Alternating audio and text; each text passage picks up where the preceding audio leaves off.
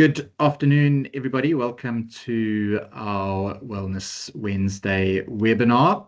This is our last event for the year. It's been a successful year to date. Many of you have joined us a good few times throughout the year, and thank you. Today, we are ending with a very topical session, longevity. A lot about it out there, all sorts of myths and stories and things. How we can live longer, and do we want to live longer, and what that all looks like. And our Chief Medical Officer at Strove, Dr. Jared Van Zyden, is going to run us through that today, the ins and outs of it and what to look out for. Jared, thank you very much for your time. I'll hand over to you. Thanks, Adrian. You are getting scarily good at this. You're sounding more and more like a top billing presenter. I missed my calling. Thanks for the intro. Afternoon, everyone, and thanks for joining us. I think we can get going. There's probably still a few people who are going to hop on, but we'll get going. First, a quick disclaimer. I'm not a longevity expert. My clinical background is in sport and exercise medicine, and before that I was working in anesthesia. But here's the industry's dirty little secret. There is effectively no such thing as a formally trained longevity physician. There's no recognized specialist college, no board exam or standard curriculum for longevity medicine in most countries anyway. So longevity doctor is a marketing label mostly, not a protected title. So this is a new field, and it's one that's still developing and finding its feet. I will say that there are some excellent ethical clinicians and scientists working in this space, and there is some exciting stuff coming out. But there are also plenty of people who have seen an opportunity to sell expensive tests, supplements, and memberships on very thin evidence. So my bias today is to stay as close as possible to what we actually know from the data, and to be honest about where we are guessing a little bit. With that out the way, I want to start with this image that helps to illustrate both the promise and the problem with the longevity industry. You might have seen it before. It captures a lot about the current longevity conversation in one frame. A shirtless tech billionaire, vials of blood, and a very public experiment in trying to reverse aging. Don't die is his slogan, as if it were that easy. In case you missed it, that's Brian Johnson and his kid. They are holding vials of blood because Brian was, at the time, periodically receiving blood transfusions from his own son in an attempt to reverse aging. So, I mean, is this longevity? Are these the lengths we need to go to? This is the sort of thing that dominates the headlines. We see extreme protocols, extraordinary claims, biological age scores, miraculous before and after photos, and they all carry the implicit message that this is what serious longevity looks like. At the same time, most people in this audience have a full-time job, family responsibilities, finite money, and finite energy as well. You're trying to work out what to do for your own health while you're bombarded by images like this podcast about miracle drugs, threads about peptides and new anti-aging products every week. That gap between the spectacle and your real life is a big part of why longevity feels so confusing. You're trying to make practical decisions using information that is more designed for attention than for clarity. So my goal today is to try and cut through some of that. We're going to look less at stunts and more at what actually affects whether you live longer and live well in the context of a normal, busy life. So, I mean, the goal is not to mock anyone, but to separate attention-grabbing stories from things that actually matter for your health. Second, we'll make sure we're all talking about the same thing by defining what longevity actually is. Third, we'll look at what the science really says about living longer and living better, not theoretical improvements in a lab biomarker or lab rats living a few extra weeks, but the big levers that that we could pull to change real-world outcomes. Fourth, we'll turn that into a practical evidence-based playbook, simple habits that meaningfully improve your odds of a longer and happier life. Then we will talk honestly about the new drugs and so-called advanced longevity methods, including things like Ozempic and peptides. We'll place them in the right part of the picture. I imagine that's where a lot of the questions are going to come from. And then finally, we will talk about how to take your first steps towards longevity in the reality of a busy life, where you have a job, family, responsibilities, and obviously limited time and energy. So we don't really have time to dive too deep into any of the technical details, but by the end, I want you to have a much clearer mental model framework of longevity and a small number of concrete actions that you can actually get going with right away. So if you spend any time on social media or a podcast app, you'll know just how big the topic of longevity has become. You have billionaires funding labs and private clinics, often with the stated goal of radically extending lifespan. You have highly publicized biohackers covered in wearables, tracking dozens of metrics and posting every experiment online. You even have Vladimir Putin and Xi Jinping allegedly overheard discussing immortality, if that wasn't a scary enough thought. Around that, there is a whole ecosystem of anti-aging supplements, IV drips, tests, and protocols being sold as ways to stay young. None of this is entirely new, of course. Humans have been trying to cheat death or cheat aging for as long as we've written history, but technology, social media, and a lot of money have turned it into a much louder, more commercial conversation. So the problem is that this circus dominates the airtime. When most people think about longevity, they picture this world of extreme routines, luxury treatments, and miracle products. It makes the whole topic feel complicated, expensive, and inaccessible. While acknowledging that this world exists, I'd like to step away from the noise and ask a much simpler question. What actually determines whether you live longer, and what can you realistically do about it in your own life? This is another side of the modern longevity world. Sleek clinics, beautiful architecture, dark glass, warm lighting, the kind of place that feels more like a high-end hotel than a medical facility. And the promise underneath is simple and attractive. Just look at the headline on this startup's homepage. Many of these startups offer an intensive 1-day or 2-day assessment. Hundreds or even thousands of data points are collected. So full body MRI scans, extensive blood work, genetic tests, wearables, specialist consultations. And the pitch is that with enough data and the right algorithms, they can uncover the hidden risks and give you a personalized roadmap for long-term health. Don't get me wrong, I'm not against data or prevention. In principle, this is really aligned with what medicine should be doing, detecting risk early and intervening before disease appears. The question is whether the extra complexity and cost actually translate into better outcomes than simpler, sort of well-targeted approaches. At the moment, for most of these offerings, we don't have any long-term evidence that going through a premium assessment in a fancy glass box changes your risk more than just getting the basics right. So I include this not to mock it, but to make a point. The aesthetic of high-tech, data-heavy concierge medicine is very seductive. It looks like the future, right?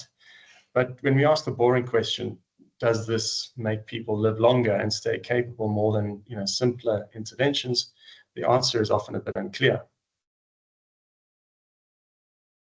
If we zoom out a bit, you can see three main groups driving the modern longevity narrative. On one side, you have the billionaires and high-profile biohackers. They run these extreme routines, publicly share their blood tests and scans, and turn their lives into ongoing experiments. They do generate a huge amount of media attention, and they set expectations about what serious longevity looks like. Then you have these clinics and testing centers I mentioned with the full-day workups, panels of tests, And the promise is that with enough data and concierge level care, they can help you stay ahead of disease. As I said, some of it's useful, some of it's unproven, and very little has any long-term outcome data yet. And then finally, there's this rapidly growing market for products and peptides, so supplements, injections, so-called stacks that claim to build muscle, melt fat, reverse aging, or even repair every tissue in the body. Here, the gap between marketing and evidence is often the widest. Many of these compounds have interesting mechanisms. Some have decent animal data, but very few have robust long-term human outcome studies, especially in healthy people. So all three groups share a couple of features. They are highly visible, they sound very sophisticated, and they tend to focus on what is new, complex, expensive, or fashionable, rather than on the simple things that quietly move risk the most. So rather than try to adjudicate every specific claim in the ecosystem, I want to step back now and ask a much more basic question. So if you ignore the circus, what actually determines our longevity? And perhaps even more fundamental, what do we even mean by the word longevity? Adrian, I'm going to need you to help us here. So we're going to try and do a little experiment to try and answer that. So I mean, just about every vampire movie ever has toyed with the concept of immortality. So if you could choose how old you would want to be when you die, what would you choose? There should be a poll that's popped up there, and yeah, you can just submit your answer. It's anonymous. Let's see where we end up.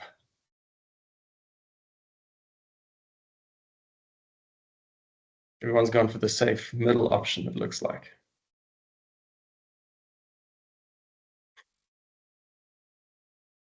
Okay. So I gave you 5 options, and if you think about this question from a game theory perspective, it says that every one of us should choose option E. I mean, surely we all want to delay death as long as possible, and we'd like to live as long as possible. But as suspected, that's not the case here. So we're only getting 12% of people who are keen on getting past the 100 mark and raising their bat. For the people choosing 60 to 70 years, come on, aim a little higher. And I mean, there's clearly something else other than simple lifespan going on here that's getting most of us to choose anything other than option E. Okay, we're going to do another little poll to try and see what that might be. So have a look at this graph. Which life would you rather live? So person A somehow stays fit. That's the gold line, obviously. Someone stays fit and healthy pretty much their entire life. They're still living a full and active life after 70, but then, they contract a sudden illness and die at around 78 years. Person B starts collecting chronic illnesses from the age of 50, goes into rapid decline after 60. Somehow, with good medical care, they cling on past 90, but most of their final 2 decades are, they're dependent on care, perhaps in a home, and with a pretty poor quality of life. So choose which life you would choose there.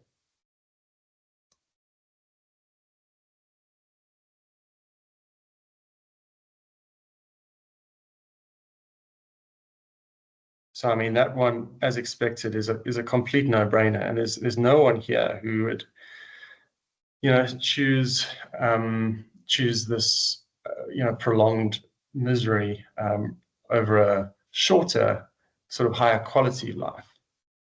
So I mean, this little thought experiment tells us that longevity is about more than just living to an advanced age. The quality of those years matters too, and perhaps even more so.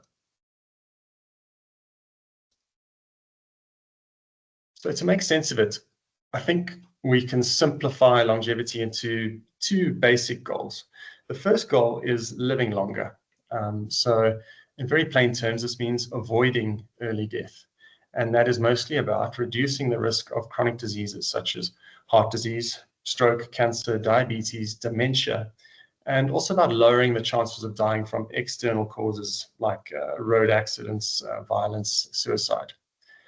The second goal is staying capable. So, it's possible, as we've seen, to live to an old age, but spend many years with very low fitness, weakness, high dependency, and serious cognitive decline. So longevity is not only about adding years, it's about preserving physical and mental capacity so that you can actually use those years. That includes your cardiorespiratory fitness, your muscle strength and balance, your mood and well-being, and your ability to think clearly and live independently. Almost everything that genuinely matters for longevity can be mapped into these two boxes. Either it helps you avoid dying early, or it helps you stay capable for longer, or both. And thankfully, there's a lot that fits in that both category. In the next few slides, we're going to look at what actually drives early death and what drives loss of capacity using proper data rather than marketing. Then we'll come back to the practical question of what you can do in a normal life to move both of these in the right direction. So before we get sort of lost in detail, it's worth reminding ourselves of what actually kills people in modern high-income countries. So if you look at national mortality data, the picture is very consistent. Around 3/4 of deaths are from chronic non-communicable diseases. So again, these are things like heart disease, stroke, cancer, chronic lung disease, complications of diabetes, kidney disease, and dementia as well. So this big segment of the chart is where most of the action is. A much smaller slice is made up of injuries and other external causes, accidental causes of death. So road traffic accidents, falls, interpersonal violence, suicide, overdoses, and similar sort of tragic events. The absolute numbers are lower than for chronic disease, but they often occur earlier on in life, which means that they account for a lot of years of life lost. The highest risk for motor vehicle accidents and drunk driving is going to be in your 20s. So you lose out on a good 60 to 80 years. The remaining sliver is kind of everything else, and those are infections and a variety of less common causes. Still important in the specific context, but not where the bulk of mortality sits in relatively wealthy societies. So if you care about longevity and you live in a mid or high income society, this is the game board. Either you die from chronic disease, from an external event, or from something relatively rare. In the next slides, we're going to look at the main levers we have over these first two categories, chronic disease and external causes, and then at what determines how capable you remain if you manage to dodge the Grim Reaper for long enough.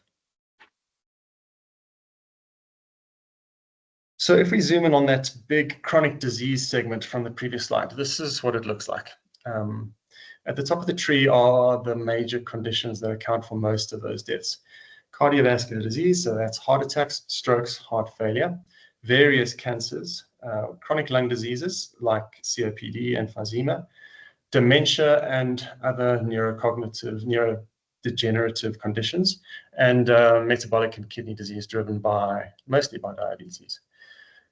Different labels, but in terms of longevity, they all sit in the same bucket. They kill a lot of people, and they often do so after years of gradual damage and slow decline.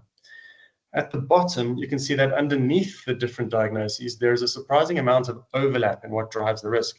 Central obesity and fat around the organs, high blood pressure, raised LDL cholesterol and other lipid issues, high glucose and insulin resistance, smoking, heavy alcohol use, low physical activity, and poor sleep. So we sometimes talk about these conditions as if they are completely separate problems. In reality, they are often different ways of paying the bill for the same underlying risk factors. I mean, that's good news and bad news. The bad news is that you cannot magically protect your heart while ignoring your blood pressure or your weight. The good news is that when you improve these shared drivers or the roots of this tree, you usually reduce risk across several diseases all at once. In other words, if you want to move the big what actually kills us chart, this is where you start. So in a moment, we'll talk about external causes and functional capacity, but it's worth keeping in mind that in mid and high income settings, chronic disease remains the main way that humans die. And most of our efforts should be focused on avoiding these diseases. This slide is one I've shown before, but it's from a large study published in the Journal of American College of Cardiology. The researchers took apparently healthy men and women, put them through a treadmill test, and grouped them into 3 fitness levels, so low fitness, moderate fitness, and high fitness. And then they followed them over time to see who died. On the graph, the blue line is men and the red line is women, and the y-axis is mortality risk, so how likely you are to die over the follow-up period.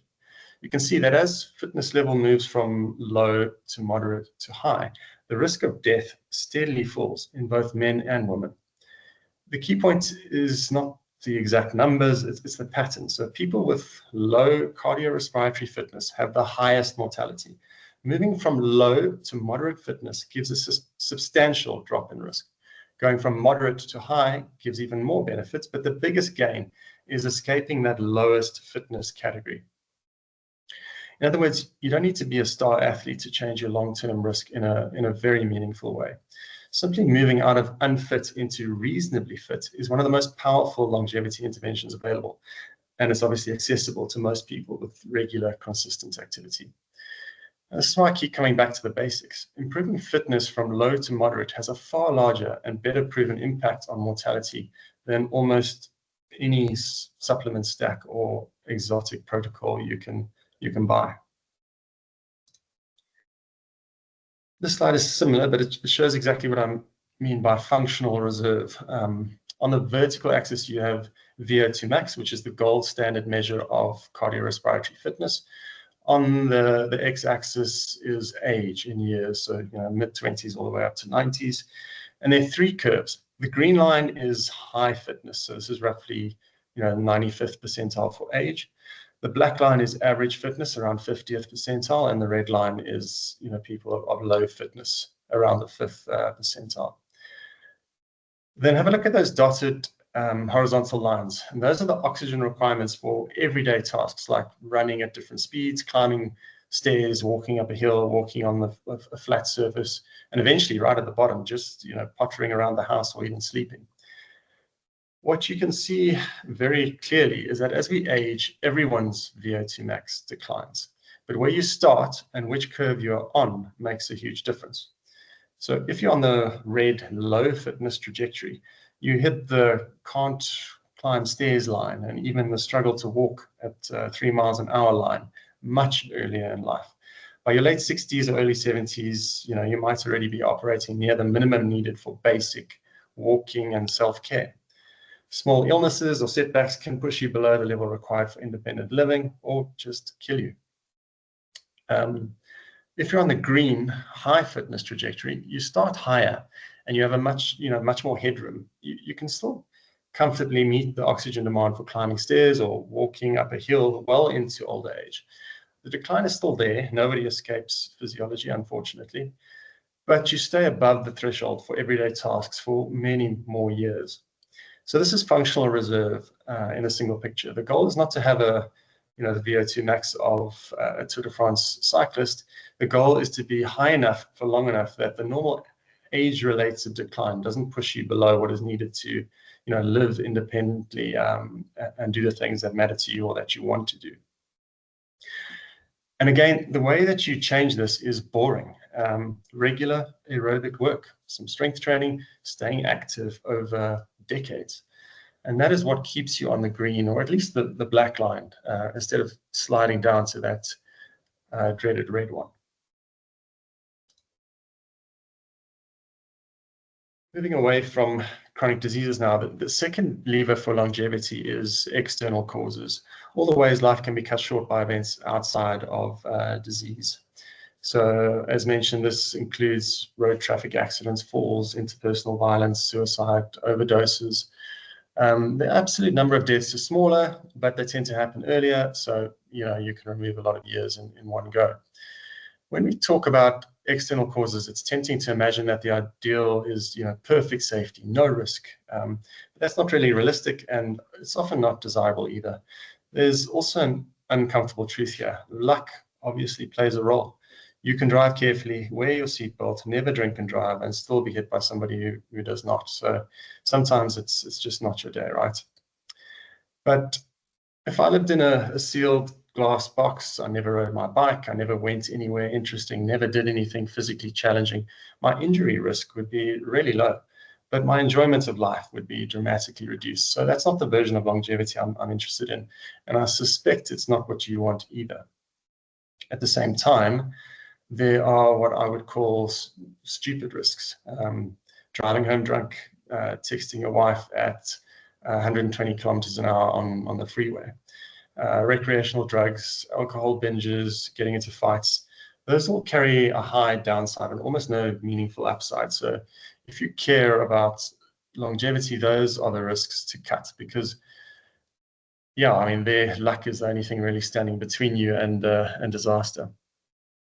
On the other hand, there are kind of acceptable risk or chosen risks that can add a lot of value to your life. So for me, training for and racing events, mountain bike events like the Cape Epic, carry a real risk of injury, and I've come off plenty of times and had my fair share of injury. But I accept that risk because the physical, psychological, and social benefits are enormous, obviously. And someone else might make a different choice, and that's fine. It's kind of about really thinking about where your risk to benefit line is.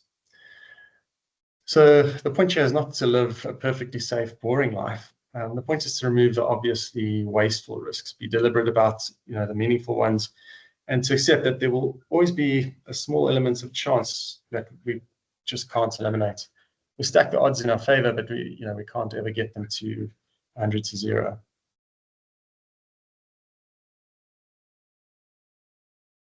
Okay, so if we strip away the circus and we just ask, what reliably improves my odds of living longer and staying capable and functional?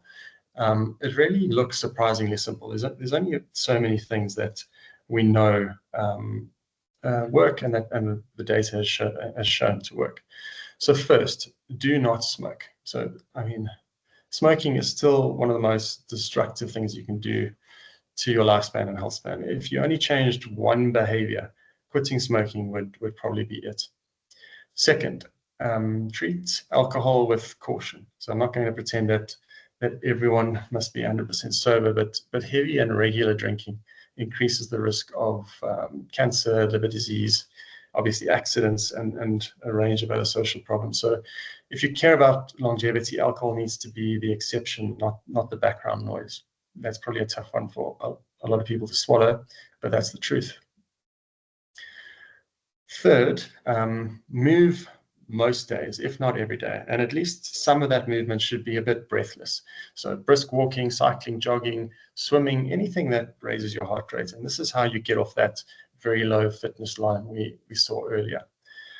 Fourth, trains strength at least twice a week. So the last couple of years, there's been a lot of research coming out about the benefits of strength training in particular, and it looks to be just as beneficial for us as aerobic training. So that can be gym work, it could be body weight exercises, resistance bands, even heavy gardening. The details matter less than the fact that your muscles are being asked to do something demanding on a regular basis. And that really protects you against frailty and loss of independence. And falls are one of the biggest killers of elderly people, and that's because they've lost strength, and when they fall, they fracture and end up in hospital dying of pneumonia.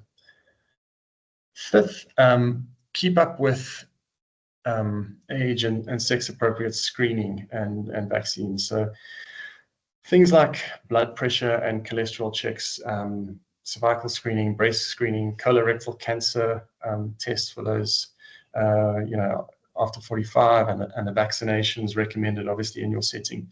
These are not perfect, but they shift the odds in your favor by picking up disease earlier when it's obviously easier to treat. and then, by also preventing some infections that can do serious long-term damage. The exact schedule depends on your age, sex, and different countries are different as well. But the principle is simple: do not skip routine prevention just because you're feeling well today, and that usually just means an annual trip to your GP for an examination, a checkup, and a chat about which screenings you should be doing. Sixth, keep your waist, blood pressure, lipids, and glucose in a healthy range. And with medication where appropriate. Those are the key levers for chronic disease risk. So get them checked, know your numbers, and don't ignore them if they're off. Seventh, sleep enough and at roughly regular times. So chronic sleep restriction and chaotic sleep make almost every other risk factor worse. So appetite, blood pressure, mental health, accident risk, all spike on poor sleep. Eighth, invest in relationships and mental health. Loneliness, chronic stress, and untreated depression or anxiety, they're all associated with higher mortality. And they also make it much harder to maintain those good habits that we need for the rest of these points. Finally, the one we just spoke about was avoiding obvious high-risk situations, drunk or distracted driving, toxic substances, reckless stunts that offer very little meaning for a lot of danger. So just cut the stupid stuff. So none of this is glamorous, and you can't really package it as a miracle startup or protocol. But if you look at the data on disease, external causes, and functional reserve, these boring behaviors move your risk profile more than almost anything else you can buy. Everything we've talked about only matters if you can survive contact with the real life. So work, kids, deadlines, fatigue. Longevity is not just about exercise, it's about how you move, how you manage your medical risk, and how you sleep and cope mentally. So in the busy life, I find it useful to think of it in three pillars. So first, move your body. I put this one first because the research proves that it's one of the most effective levers we can pull. It also tends to act as a keystone habit. Get exercise right, and things like diet and sleep start falling into place kind of on their own. You don't need to be Gerber-Stein either. 2 sessions of strength work a week, 20 to 30 minutes each, are enough to make a real difference to muscle, bone, and functional reserve. And then on top of that, aim for 3 or 4 bouts of brisk walking or short cardio sessions across the week. Higher intensity sessions are even more effective. So you can get away with, just 20 or 30 minutes a week if those sessions are really high intensity. So that's one way you can fit it into a busy schedule. Other ways, to steal more time are sort of turning normal life into movement. So taking calls while you walk, using the stairs, and commuting, walking or cycling instead of always driving. So I'm sure you've heard of those tips as well. In the second column, mind your numbers and your inputs. So you can't out-exercise untreated high blood pressure, very high LDL, uncontrolled diabetes, or a pack a day. So know your blood pressure, know your lipids, know your glucose and waist measurements. And if they're off, do something about it with your GP. Not from someone on Instagram. Keep up with age and sex appropriate screening and vaccines, and make your behaviors easier to manage by using very simple rules rather than complicated plans.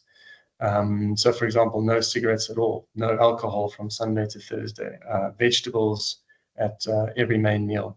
Those kinds of rules survive busy weeks far better than a perfect diet that might collapse on day 3 or 4. Third, protect sleep and your mind. So chronic sleep restriction and constant stress push almost every risk factor in the wrong direction. So aim for a fairly regular sleep window most nights, even if the absolute number of hours is not perfect. You've heard all the advice about late night screen time and taking work home with you, so try and address that as well. And then deliberately schedule small pieces of connection and support, a weekly walk or coffee with a friend, standing check-in with a partner, or even a therapist if you need one. And again, none of this is glamorous. It's kind of small, repeatable routines across movement, medicine, and mind. But if you look at the data on disease, external causes, and functional reserve, these routines are what move your risk profile. Consistency is king.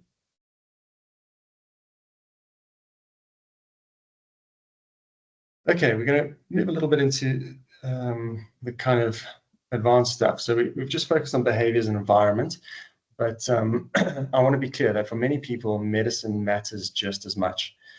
There's very strong evidence that certain drugs used in the right context significantly reduce the risk of heart attacks, strokes, kidney failure, and early death. And this is not theory or biohacking. These are large trials, with hard outcomes. The first group is blood pressure medicines. If your blood pressure is consistently high, treating it is one of the most powerful longevity interventions we have. Lowering systolic blood pressure by even a modest amount in someone at risk materially reduces their chance of stroke and heart disease. And the recommendations have got stricter and stricter for blood pressure. Anything above 120/80 nowadays is considered a little bit high, so we should be aiming to get those numbers nice and low. The second group is cholesterol-lowering medicines, particularly statins. So, there's a lot of controversy around these medicines, but in people whose overall cardiovascular risk is high, statins really do reduce the risk of major cardiovascular events, and they save lives. Definitely not for everyone, but in the people who need them, the effect is substantial.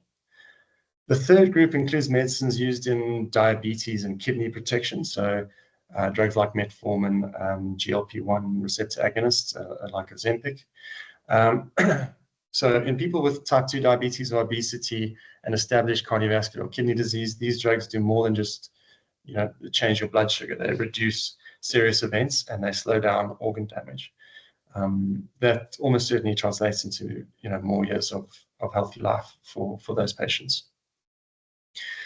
And here, the important thing is context. These drugs are tested in specific groups, people with particular levels of risk, particular diseases, and at particular ages. So they're not universal longevity pills for anyone who wants to go out and buy them. The decision to use them should be based on your actual risk profile, worked out with your doctor, and who's not trying to sell you anything. And crucially, they build on top of lifestyle. They don't replace it. So you can't take a statin, keep smoking, never move, and sleep 4 hours a night, and then act surprised when your outcomes are poor. But if you combine decent habits with appropriate medical therapy, you get the best of both worlds. Lower baseline risk and better treatment of whatever disease you already have. So in other words, medication is not an optional extra for the unlucky. For many people past a certain age or risk level, it's a core part of an honest longevity strategy.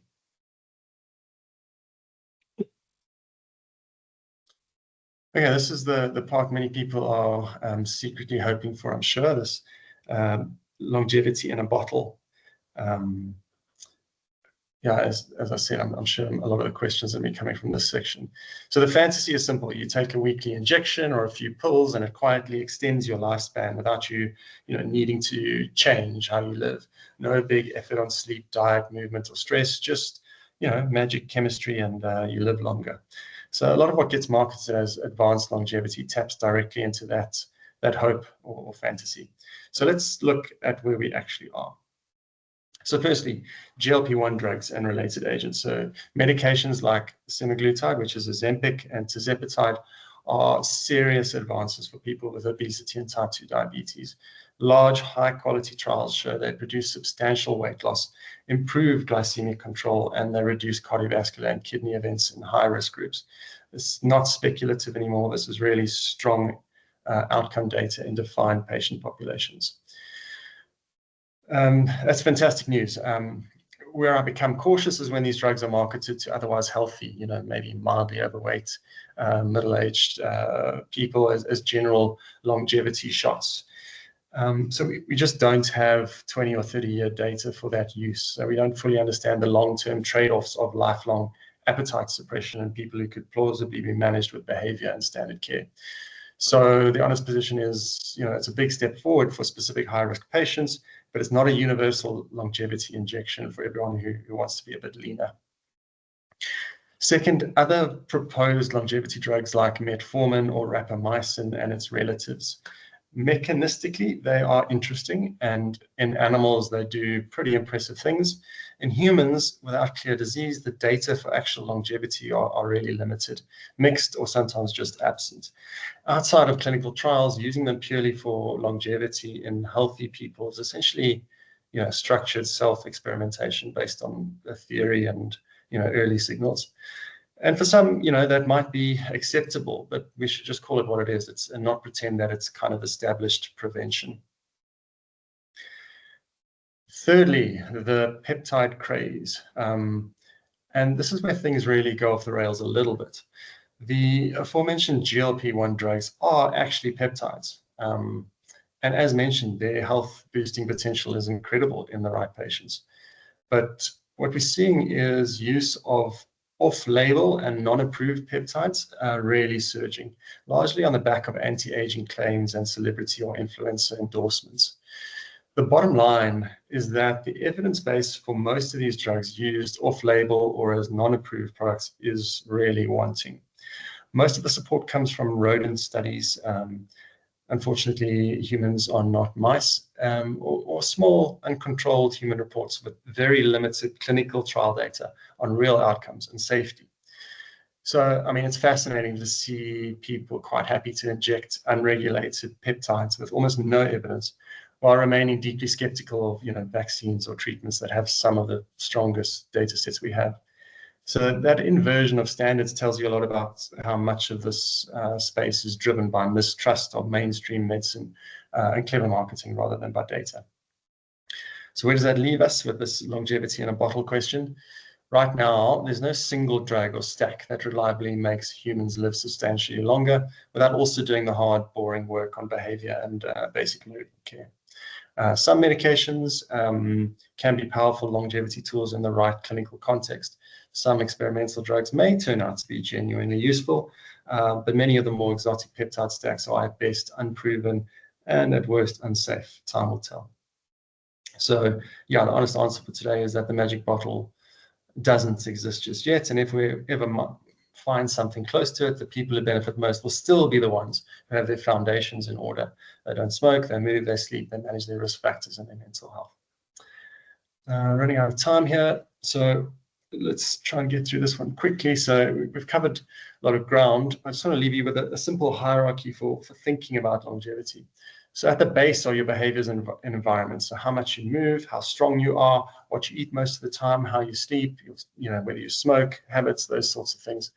And this is where the biggest levers sit for chronic disease: external causes and functional reserve. If this base is weak, then nothing else, will compensate or really matters.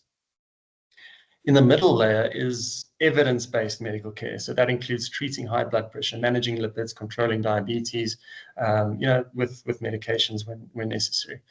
And also keeping up with age and age-related medical screenings. So for many people, especially as we get older or if disease is already present, this layer is essential. Behavior plus appropriate medical therapy together give you far better odds than either of those alone. At the top, you have the experimental or speculative add-ons. So these, off-label use of metformin or rapamycin, peptide stacks, exotic protocols, etc. So some of these may turn out to be helpful in narrow contexts, and many will turn out to be useless or harmful potentially. They sit in the interesting kind of proceed with caution category.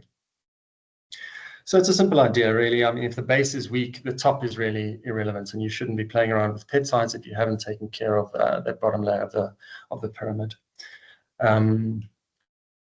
So, when you hear about the next sort of longevity claim, try and think about it in terms of this pyramid. Where is it? At the base, in the middle, or is it at the tip? And if it's at the tip and your base is pretty shaky, then maybe you should be looking elsewhere.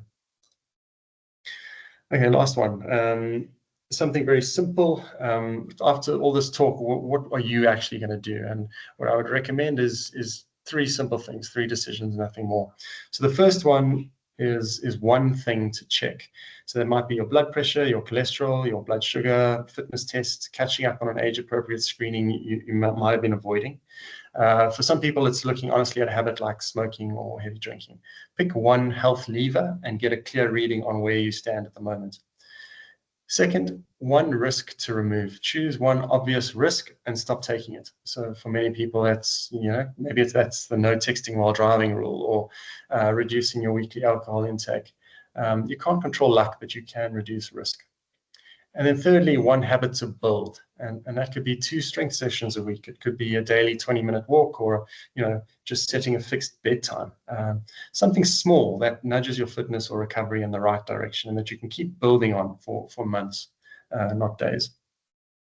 So if you choose those 3 things and actually follow through, you'll have moved your longevity far more than any exotic protocol. The rest, including advanced drugs and peptides, sits on top of that. Okay, I'll stop there. Thank you for your attention.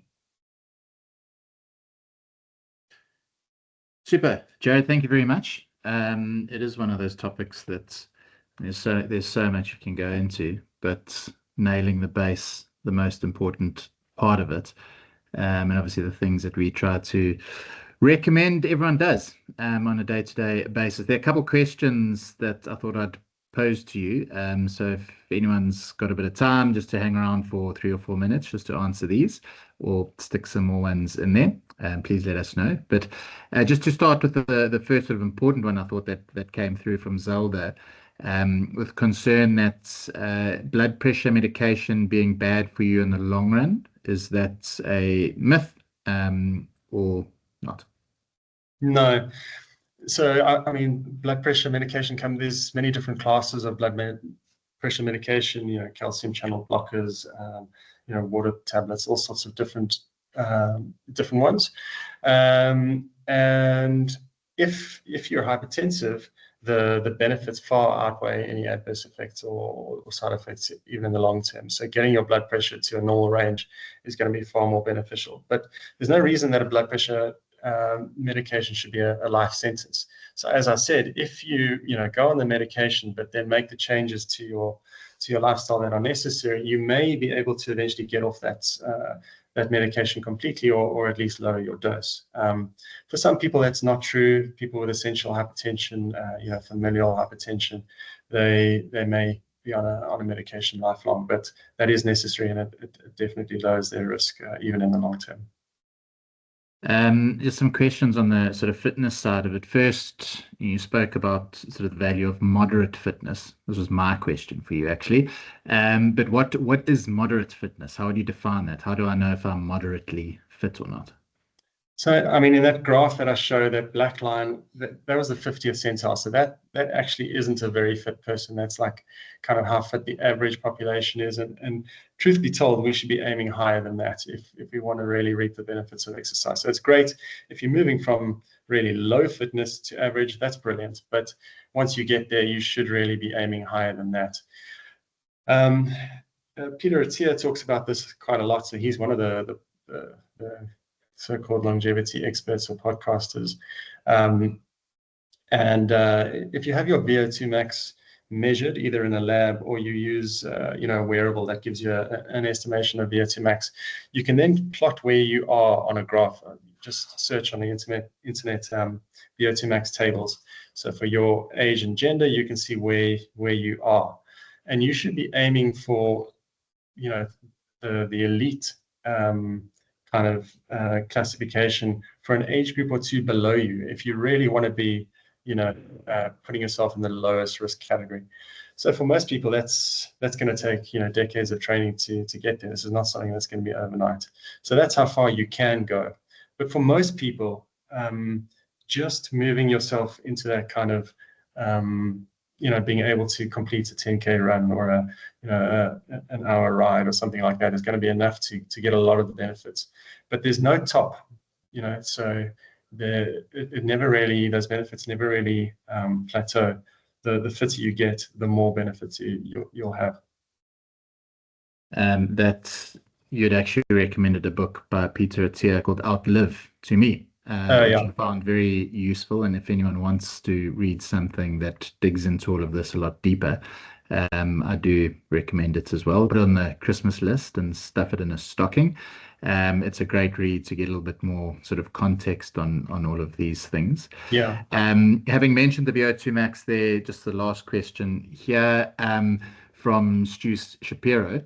Firstly, wanted to know, why does VO2 or max decrease with age? So just physiologically speaking.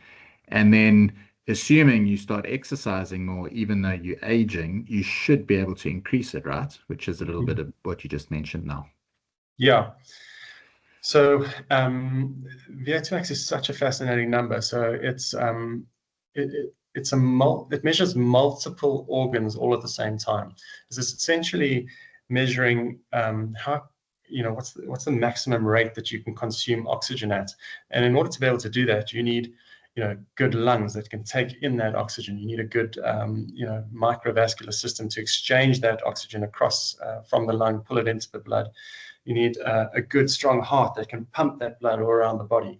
You need muscles that can then extract that oxygen and use it efficiently. At the working muscles, mitochondria that use the energy. So that's why VO2 max is such a brilliant number, because it kind of is a brilliant overall number to estimate the function of your health. And why does it decline? Well, basically because we do decline as we get older. Our DNA gets damaged, our cells stop functioning as well as they used to, and so all of those different processes contribute to VO2 max, and so you do see this gradual slide down with VO2 max.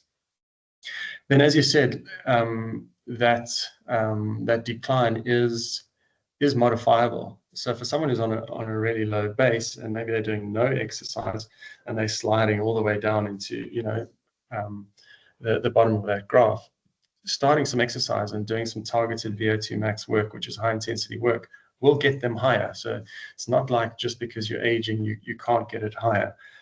So absolutely you can. VO2 max does respond to targeted training. The classic one is 4x4. So you do any cardio exercise, you go as hard as you can for 4 minutes, and then you rest for 4 minutes, and you do that 4 times.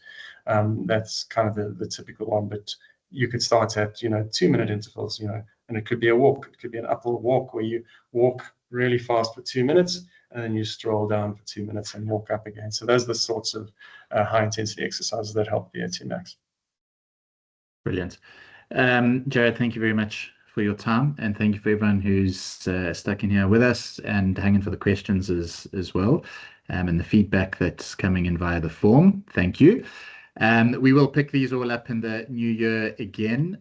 Look out, I'm going to put both of us on the spot here, but we'll be putting together an article in the app soon on some things around longevity and perhaps in the sort of fitness space, and where you should expect to be able to do different things at certain parts or certain stages in your life. I found that quite useful as a little goal to set, and maybe something that will help keep you active through December. So that we don't just sit on our bums for the next month. We can actually make the most of the time that's available for us. Jared, thank you to everyone who's joined us. Thank you very much. We will see you guys again soon. Cheers. Thanks, Adrian.